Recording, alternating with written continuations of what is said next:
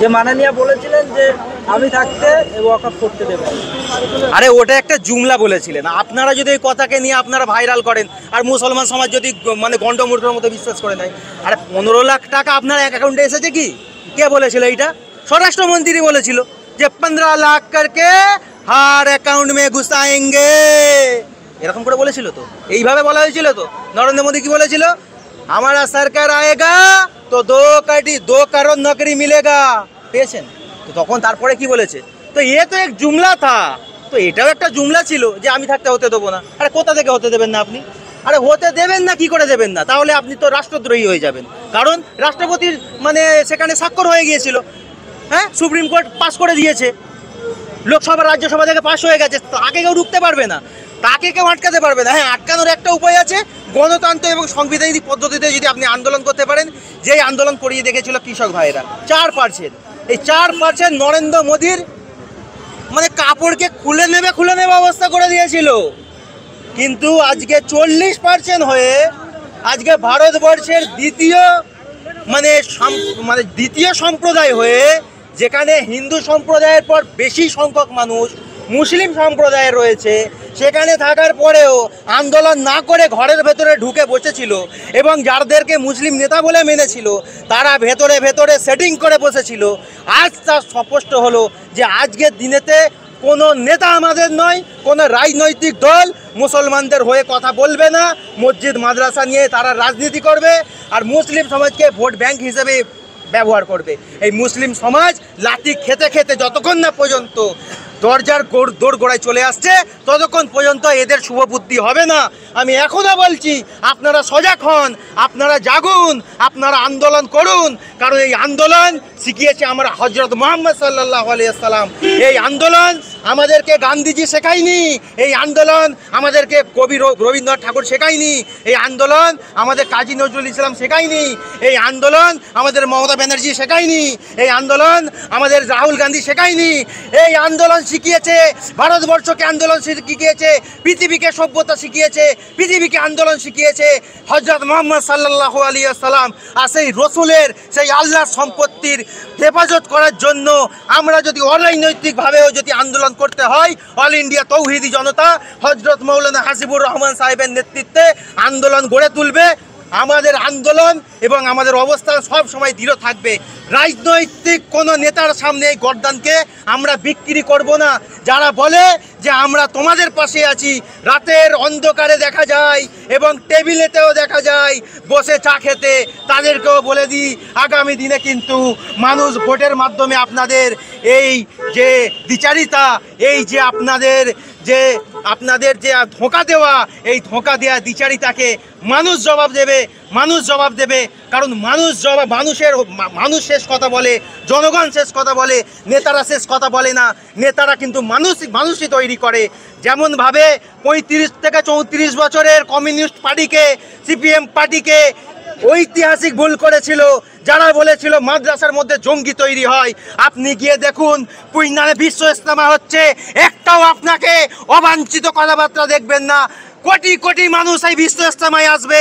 মুসলিম সমাজ বাতাবরণ শেখায়, মুসলিম সমাজ সম্প্রীতি শেখায়, মুসলিম সমাজ ভালোবাসা শেখায়। আর যারা মুসলিম সমাজকে নিয়ে জেহাদির ফতোয়া লাগায়, যারা কাঠমোল্লার ফতোয়া লাগায়, শুভেন্দু অধিকারী 26-এর পরে এদেরকে পশ্চিমবঙ্গে খুঁজে পাওয়া যাবে না।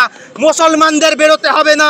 নন্দীগ্রামের হিন্দু মায়েরা, নন্দীগ্রামের হিন্দু বোনেরা, নন্দীগ্রামের হিন্দু ভাইয়েরা জুতো খুলে মারতে পশ্চিমবাংলা ছাড়া করবে ইনশাআল্লাহ।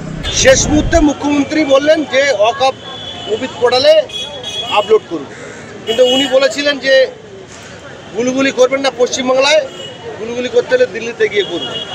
কি বলবেন এই প্রসঙ্গে? এ ব্যাপারে পশ্চিমবাংলার মুসলমানরা আগামী দিন এর উত্তর দেবেন এবং এই ওয়াকফ সম্পত্তি যারা ভোগ দখল করছে এবং এই ওয়াকফ সম্পত্তি যাদের কাছে আছে তারা এটা নিয়ে বুঝুক। তবে আমরা এই ওয়াকফকে বাঁচাবার জন্য আমরা প্রথম দিন থেকেই লড়াই সংগ্রাম করছি, আন্দোলন করছি এবং আগামী দিনও আমরা আন্দোলন করব, লড়াই সংগ্রাম করব। আমরা সুপ্রিম কোর্টে মামলা পর্যন্ত আমাদের দলের চেয়ারম্যান পীরজাদা নওশাদ সিদ্দিকী সাহেব তিনি করেছেন এবং এই মাননীয় মুখ্যমন্ত্রীর কথাতে যে বা যারাই বিশ্বাস করেছে তারাই ফেঁসেছে। অতএব এটা পরিষ্কার, কেন আমরা ইতিপূর্বে আলিয়া মাদ্রাসা নিয়ে দেখেছি, সেখানে আমরা ফেঁসেছি আমরা এনআরসি নিয়ে দেখেছি, সেখানে আমরা ফেসেছি। আমরা এসআইআর নিয়ে দেখলাম, সেখানে আমরা ফেসেছি। আমরা ওয়াকআফ নিয়ে দেখছি, সেখানে আমরা ফেসেছি। আমরা সাচার কমিটির রিপোর্ট নিয়ে দেখলাম, সেখানে আমরা ফেসেছি। অতএব এই মমতা ব্যানার্জির কথা যে বা যারা শুনবে তারাই ফাঁসবে। কেন একটা প্রবাদ বাক্য আছে না, যে মানে যারাই বেশি নারী ভক্ত হয়ে যাবে তারাই বেশি ফেসে যাবে, তাই এদের হয়ে গেছে সেই অবস্থা। আর মমতা ব্যানার্জি তো চায় যে পশ্চিমবাংলাটা টোটালটাই বিজেপির হাতে উঠে যাক, আর সেই জন্যই তার একটা প্ল্যান প্রোগ্রাম এরা নিয়েছে, সেটা করছে। কিন্তু এই মুসলমান ভোটেই কিন্তু 26-এ দেখবেন মমতা ব্যানার্জি একটা ভালোই অবস্থায় পৌঁছে যাবে বা পৌঁছে এর আগে করে এসছে, কি বলবেন? দেখুন, এটা চুরি ছাড়া দ্বিতীয় কিছু নয়। চুরি হচ্ছে, যার কারণেই আজকের এই জায়গা পৌঁছেছে। আপনি হিসাব করে দেখুন না, পঞ্চায়েত ইলেকশানে কী হলো, বিধানসভা ইলেকশানে কী হলো। স্বচ্ছভাবে ভোট করবে সেই ক্ষমতা তো মমতা ব্যানার্জির নেই। অতএব যদি হিম্মত থাকে স্বচ্ছভাবে ভোটটা করুক, পশ্চিমবাংলার মানুষ তার উত্তর দিয়ে দেবে। আজকের এসআইআর নিয়ে কতটা বিরোধিতা করছিল, কিন্তু আবার দেখেননি এসআইআরটা কীভাবে করিয়ে নিল। এটা পরিষ্কার মমতা ব্যানার্জি নাটক, পা ভাঙা দেখিয়ে ভোট নেয়। মমতা ব্যানার্জির যে নাটক, এগুলো পশ্চিমবাংলার মানুষ বুঝতে পারছে। এই যে আপনি বলছেন যে তিনি মিথ্যাচারিতা করেন, মিথ্যা কথা বলে, পুরো মিথ্যাচারী ভাঁওতা ছাড়া দ্বিতীয় কিছু নয়। চাকরিগুলো কি হলো, বললো তো সব ব্যবস্থা আমি করে দেবো। বেকার যুবকগুলো কোথায় গেল? তাদের আজকের বাড়ির অবস্থাটা কোথায়? আজকে শিক্ষা, স্বাস্থ্য, কর্মসংস্থানের অবস্থাটা কোথায়? কিন্তু এই মমতা ব্যানার্জিই তো বলেছিল। অতএব এই ভাঁওতাবাজি, 2 নম্বরই ছাড়া দ্বিতীয় কিছু নয়। জানেন তো, আজকে 2-1টা গ্রামের ছেলে, একদম বাচ্চা, তারা বলছে, যাদের এখনো ভালো করে জ্ঞান বুদ্ধি হয়নি, তারা বলছে তৃণমূলের থেকে বিজেপিকে ভোট দেওয়া ভালো। ভাবতে পারেন, তারা বলছে যে তৃণমূলের থেকে বিজেপিতে ভোট দেওয়া ভালো। এটা সেই ছোট ছোট বাচ্চারা বলছে। তাহলে ভাবুন, এটা পরিষ্কার আরএসএস এর প্ল্যান এবং আরএসএস এর আঙুল হিলানিতে এই দিদিমণি চলছে। এটা পরিষ্কার হয়ে গেছে, যেটা আপনি বুঝতে পারছেন বা কিছু মানুষ বুঝতে পারছে, সবাই বুঝতে পারছে। এখন সবাই বুঝতে পারছে দিদির ঘোমটাটা সরে গেছে। আগে ঘোমটা দিয়ে ঘোমটার মধ্যে খ্যামটা নাচ ছিল, সেটা সরে গেছে। এখন মানুষ পরিষ্কার হয়ে গেছে, দুধ কা দুধ, পানি কা পানি হয়ে গেছে। তাহলে কি আপনি বলতে চাচ্ছেন যে মুসলিম সমাজ বা মুসলিম ভোট 26-এ মমতা ব্যানার্জির দিকে? আরে আপনি ভাবুন না, বাংলার মানুষ ভাবছে যে আমি তেজপাতা হব না কারি পাতা হব। এটা বাংলার মানুষ ভাবছে। কারি পাতা খেয়ে নেয় আর তেজপাতা চেটে ফেলে দেয়। অতএব বাংলার মুসলমান সমাজ, বাংলার দলিত সমাজ, বাংলার আদিবাসী সমাজ, বাংলার গরিব খেটে খাওয়া মেহনতি মানুষকে মমতা ব্যানার্জি তেজপাতা বানিয়ে রেখেছে। অতএব তারা ভাবছে যে আমরা তেজপাতা হব না, আমরা এবার কারি পাতা হব। এইভাবে প্রতারণা করেছে মুসলিমের সঙ্গে, কি বলবো, আপনারা নিজেরাই দেখছেন। আপনাদের চ্যানেলের মাধ্যমে বলছি, 26-এ আমরা দেখিয়ে দেবো কিভাবে আমাদের জবাব দিতে হয়। মুসলিম সমাজ জবাব দেবে, তার সঙ্গে আমাদের হিন্দু ভাইয়েরাও থাকবে আমাদের সঙ্গে, একই সঙ্গে লড়াই। এসআইআর নিয়ে, ওয়াকফ আইন নিয়ে যেইভাবে আমাদের সঙ্গে প্রতারণা করেছে দেখাবো আমরা।